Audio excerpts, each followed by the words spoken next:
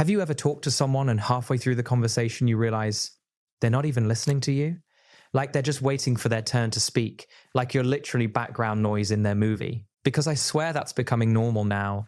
And it's not even always in an evil way. It's just people are moving like they're the main character 24/7. Everyone's got a storyline. Everyone's got an era. Everyone's got a villain. Everyone's got a glow-up arc. And everybody else is just NPCs that are supposed to clap for them, validate them, and then disappear when they're inconvenient. Also, side note, if you're watching this and wondering why I'm just running around like an idiot right now, it's because I spawned in the most disgusting biome ever. Like I've been trying to get out for the past 10 minutes, and I keep looping back into the same ugly area. So yeah, I'm basically trapped here, but whatever. We're going to talk about something real while I suffer. So anyway, the thing I wanted to talk about is main character syndrome. And I know it sounds like a meme, but I'm telling you, this mindset is one of the biggest reasons dating feels cooked, friendships feel fake, and everybody's lonely even though they're surrounded by people online. Because main character syndrome is when someone treats their life like it's a movie and everyone else like they're just extras. And the scary part is social media basically trains you into this. It trains you to perform. It trains you to curate your life. It trains you to turn normal moments into content. It trains you to live for reactions. So over time, you stop asking, how do I actually feel? And you start asking, how does this look? And once you start living like that, you stop seeing people as humans and you start seeing them as roles. You stop thinking this is a real person with feelings and you start thinking, what do they add to my life? And again, that sounds harsh, but it's happening everywhere. People are optimizing their friendships, optimizing their relationships, optimizing their image. Like everybody's building a brand, even if they don't want to admit it. And I think what makes main character syndrome so dangerous is that it feels empowering at first. Like it feels good to think I'm the main character. It feels good to think you're important. It feels good to feel like your life has meaning. But the problem is when that turns into entitlement. When it turns into this mindset where you think the world owes you a certain experience, like you deserve perfect love, perfect friends, perfect treatment, perfect outcomes, and if you don't get it, it must be because other people are trash. That's where you get people who are constantly calling everyone else toxic. Like every ex is toxic, every friend is toxic, every coworker is toxic, every situation is toxic. And it's like, bro, at some point, maybe it's not everybody else. Maybe you're just impossible to deal with because you think you're the center of the universe. And I'm not saying toxic people don't exist. They do. There are genuinely bad people out there.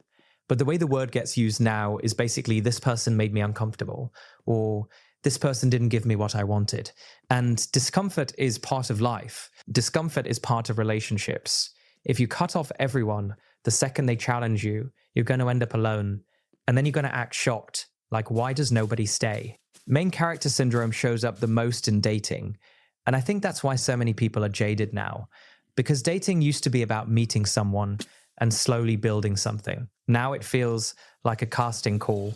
It feels like auditions. Like people aren't trying to connect. They're trying to see if you fit their vibe, if you match their aesthetic, if you make them look good, if you make them feel like they're winning. And you can literally see it in the way people talk. People don't say, I want a good partner. They say, I want someone who adds value. They say, I want someone who can keep up with me. It's all about what you provide. It's all about what role you play in their story. And don't get me wrong, having standards is fine.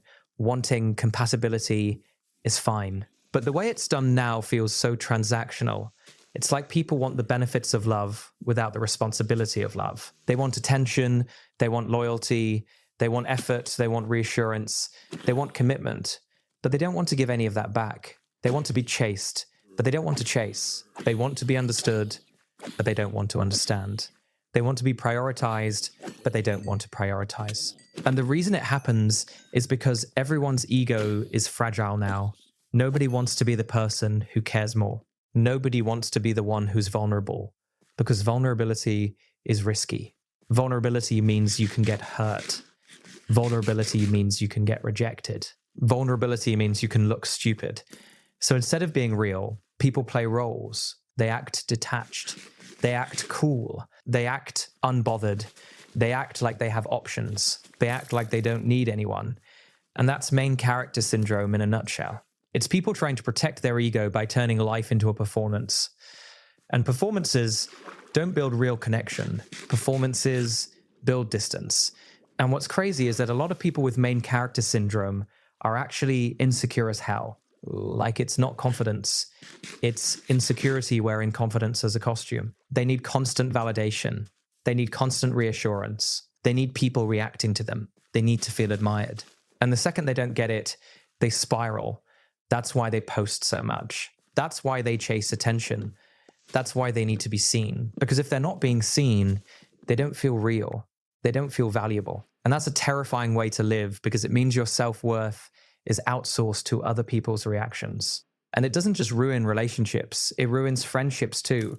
Because when someone has main character syndrome, they don't treat friends like equals. They treat friends like an audience, like you're supposed to hype them up, support them, agree with them, validate them. And the second you don't, you become the villain. You ever notice how some people always have drama? Like, it's constant. There's always a conflict. There's always a falling out. There's always someone who betrayed them. There's always someone who switched up. And it's like, bro, maybe you're just exhausting. Maybe you can't handle normal human disagreement because you think everyone should automatically be on your side. And this is why a lot of friendships don't last anymore, because people don't know how to be loyal. They know how to be entertained. They know how to vibe. They know how to go out. They know how to take pictures, but they don't know how to show up when life is boring or hard, because being a real friend isn't aesthetic. Being a real friend is inconvenient sometimes. It's checking in when you're tired. It's showing up when you don't feel like it. It's listening to someone vent even when it's not exciting. It's being there when there's nothing to gain. And main character syndrome people hate that because it doesn't feed their ego. It doesn't give them a reward. It doesn't make them look good. And that's why people feel lonely now, because everyone's surrounded by social interaction, but nobody feels seen. Nobody feels understood. Nobody feels supported, because most interactions are surface level. It's just vibes. It's just memes. It's just quick messages. It's just reactions. It's not real connection. Main character syndrome also makes people obsessed with upgrading. Like, they can't just appreciate what they have. They can't just be stable. They can't just build something slowly.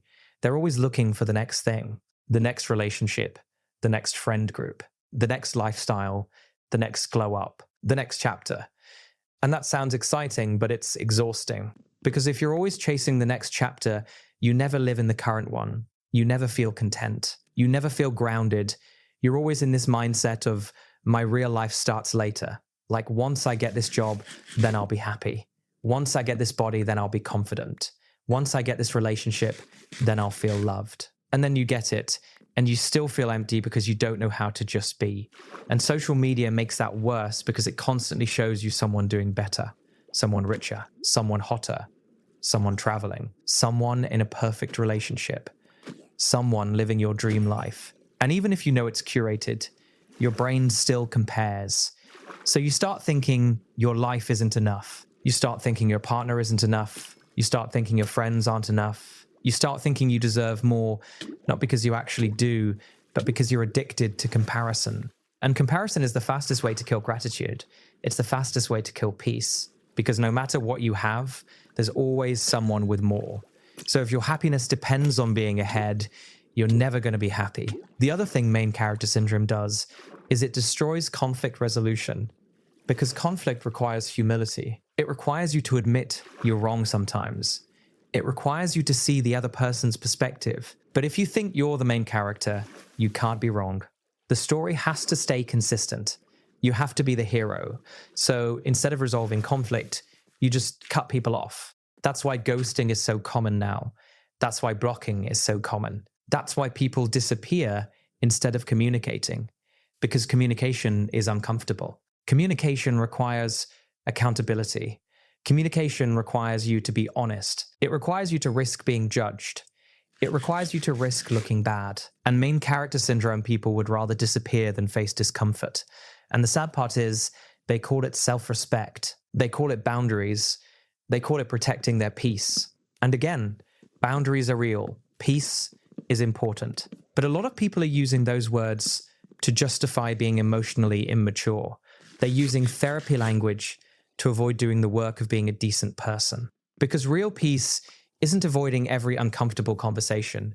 Real peace is being able to handle discomfort, resolve issues, and still stay grounded. Real peace is having the emotional strength to talk things out instead of running away. Now, I want to be clear. I'm not saying everyone needs to stay in every relationship. I'm not saying you should tolerate disrespect. I'm not saying you should stay with people who treat you badly. Obviously not.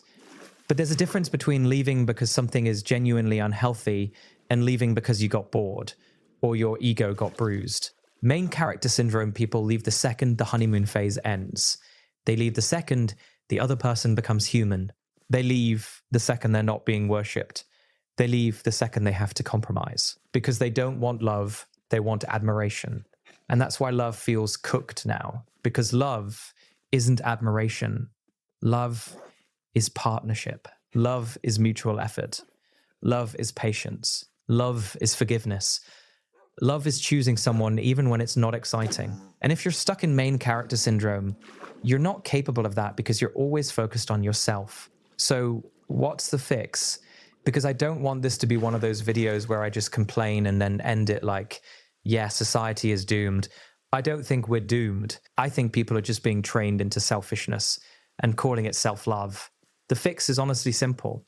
Start seeing other people as real, like actually real, not as roles, not as validation machines. Real humans with their own inner world, their own insecurities, their own struggles, their own goals, their own story. And the moment you genuinely internalize that, you become a better person automatically. You become more patient. You become less reactive. You stop taking everything personally. You stop assuming everything is about you. You stop turning normal life into a drama. Because a lot of people with main character syndrome think everything is a sign. Like if someone doesn't reply fast enough, it's disrespect. If someone cancels plans, it's betrayal. If someone is quiet, it's manipulation. If someone disagrees, it's an attack. And it's like, bro, sometimes people are just tired. Sometimes people are busy. Sometimes people are dealing with their own stuff. Not everything is about you. And once you stop thinking everything is about you, life gets calmer. You stop spiraling. You stop overanalyzing. You stop creating enemies in your head. You stop living in this constant emotional roller coaster. Another thing that helps is doing things that humble you, like genuinely. Because main character syndrome is often just ego inflation. So doing something hard, something real, something that forces you to earn progress, brings you back to reality. Working out, learning a skill, building something, working a job where you have to show up consistently. Anything that reminds you you're not special, you're just human. And that's not depressing. It's freeing. Because when you accept you're just human, you stop needing to be perfect. You stop needing to be admired. You stop needing to win every interaction. You can just exist. You can just be. And you can finally connect with people without performing. And that's the biggest thing. Stop performing. Stop living like your life is content. Stop turning everything into a highlight reel. Stop needing to prove you're happy. Some of the best moments in life are private and boring and quiet. And if you can't enjoy those moments, you're not living. You're just marketing yourself. And yeah, you can still have goals. You can still want to improve. You can still want a better life. But do it for you, not for the audience. Do it because it makes you proud, not because it makes you look good. Because the people who are actually winning aren't the ones with the best highlight reel. They're the ones with real relationships, real friendships, real peace, the kind you don't need to post. Anyway, that's my take. If you made it this far, I appreciate you. And hopefully by the time I finish this video, I'm out of this ugly biome because I'm genuinely sick of looking at it. Take care.